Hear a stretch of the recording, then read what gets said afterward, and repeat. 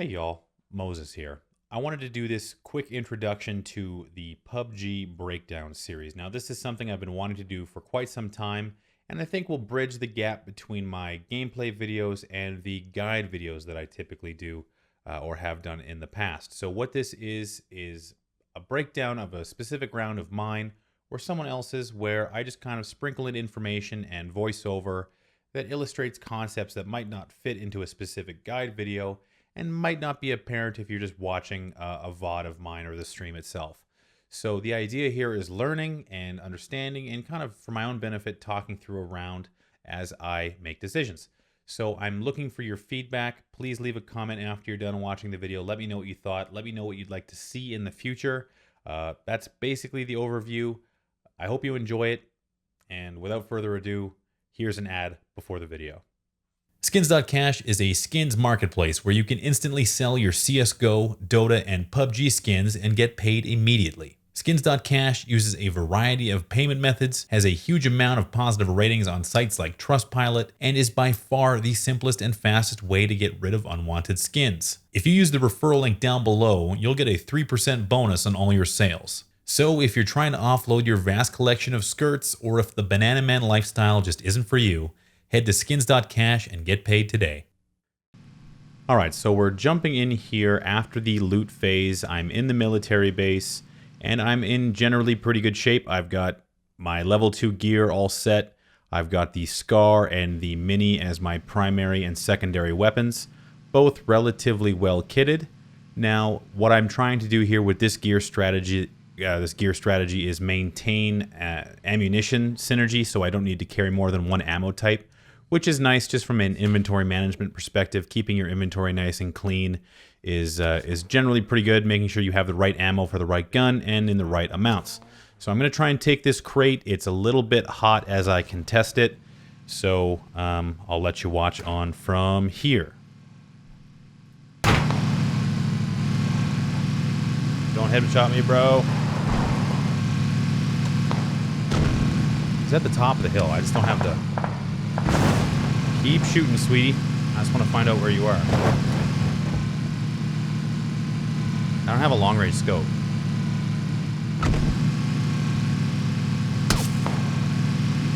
Okay, so he's behind me for sure.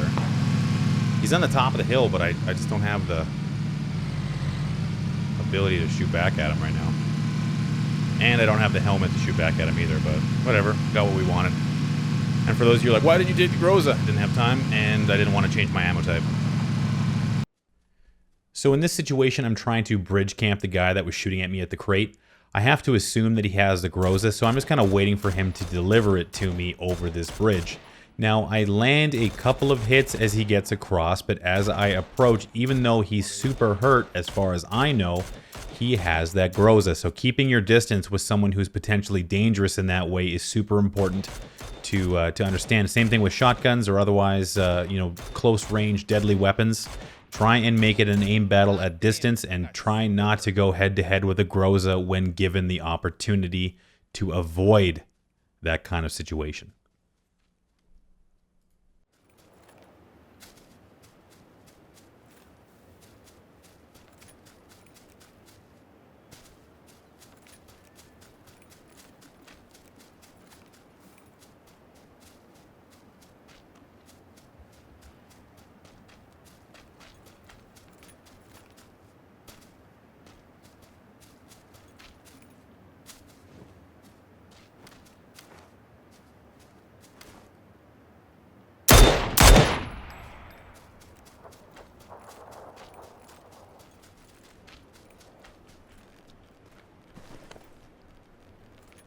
Yeah, no groza for you, friend.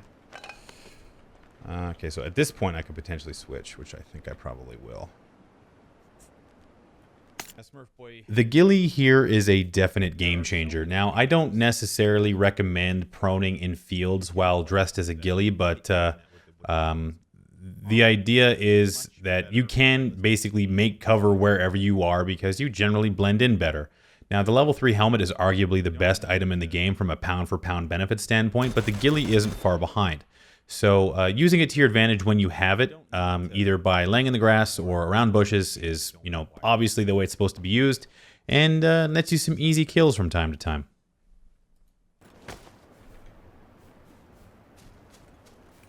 Do you have a 4X? Nope. Alrighty. Rip that guy. Meta 241 with the AWM. Hopefully he goes for the loot over here, because I'm thinking this guy who threw the smoke was not the guy who was shooting AWM. So as you can hear, we just heard an AWM very close by. Now, I mentioned previously that the level 3 helmet is probably the pound for pound most powerful item in the game. There is only one thing that a guy with a level 3 helmet needs to worry about, and that is the AWM. So if given the opportunity to take the fight to a guy with an AWM without immediately getting headshot and killed, it is better to take it off the field or out of his hands and put it into yours than just, letting it linger as a worrisome issue as you head into the end game. So I'm going to use my positioning to my benefit and try and track this guy down.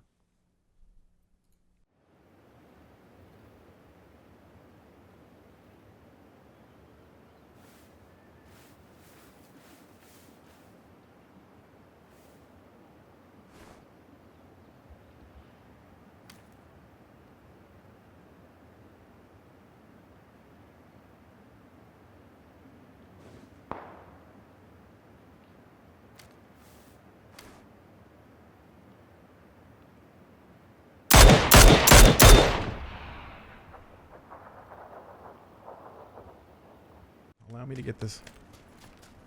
What space do I have? Not a lot of space.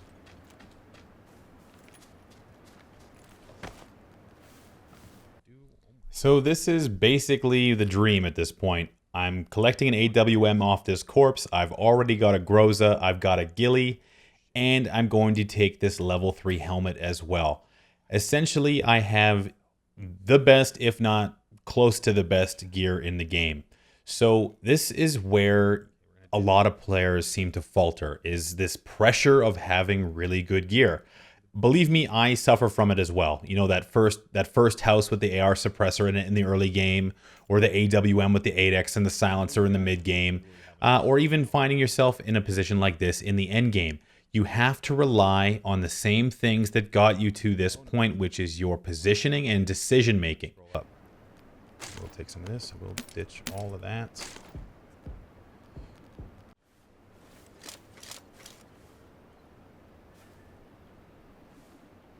I don't have the space.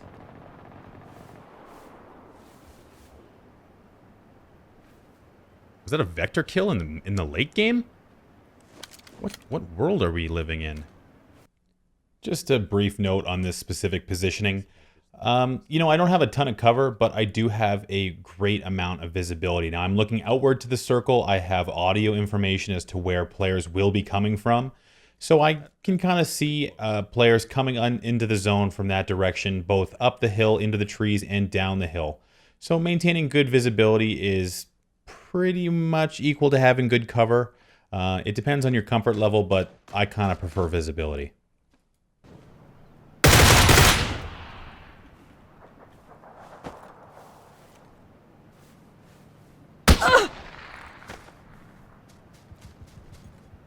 Where? Front.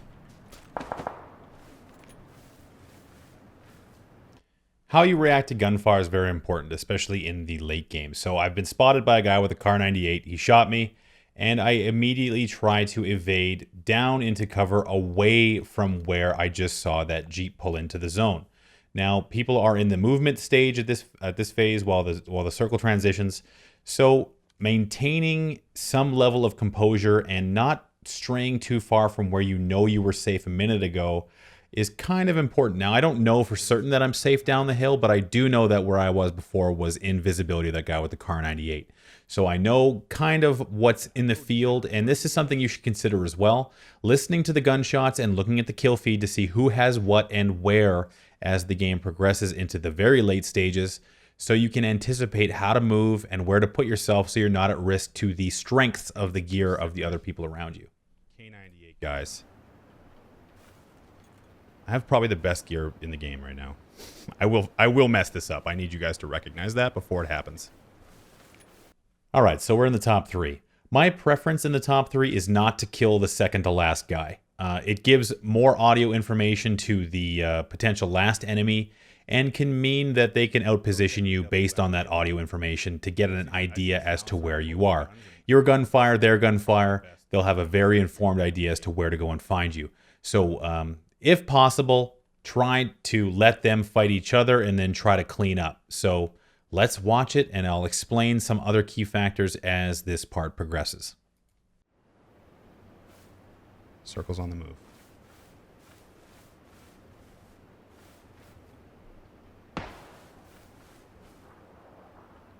Hopefully the circle does some damage to these guys.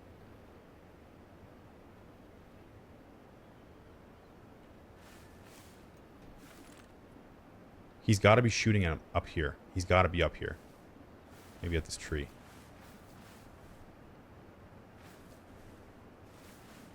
Oh, Jesus. All right, so I'm not going to talk over. This is just going to freeze for a second. But I just want you to take note of the mini-map and how the circle is positioned. Now, this type of circle is very, very common. That, you know, weighted to one side of the previous play zone, it creates a little gap or a little wedge shape between the blue, and it widens out away from the new circle. You can kind of see that I'm positioned right in that little wedge. Now, it seems to be the preference of players to move into that wedge to get to the new safe zone. This is something that is common in almost all circles, moving along the edge because it gives you a certain factor of safety on one side and kind of reduces or eliminates area that enemies could potentially be in as you move again into that safe zone. So one thing to note is that if you're already in that bottom portion of the new safe zone, you have to be absolutely aware of the fact that players will be traveling into that wedge. And as a player who might be moving that way, you have to be at very, very high alert that there will be players waiting for you because it's not a unique idea. So keep that in mind and just be mindful to maybe break out of that mold and not follow a predictable path as this gentleman does. And I've got the circle. So, again, he's got to run this way.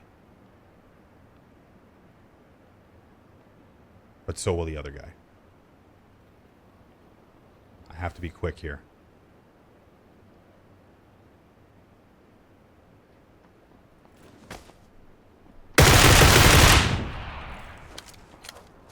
Other guy's at the tree. Miss. All right, guys, so that's the end of that first round. I hope you found something useful in this breakdown. Please leave a comment if you'd like to see something different next time, or just your general feedback. I'm trying to get a good idea as to what I should do with this kind of series. So that's it for this time. I hope to do one more fairly soon. So until next time, I'll see you out there.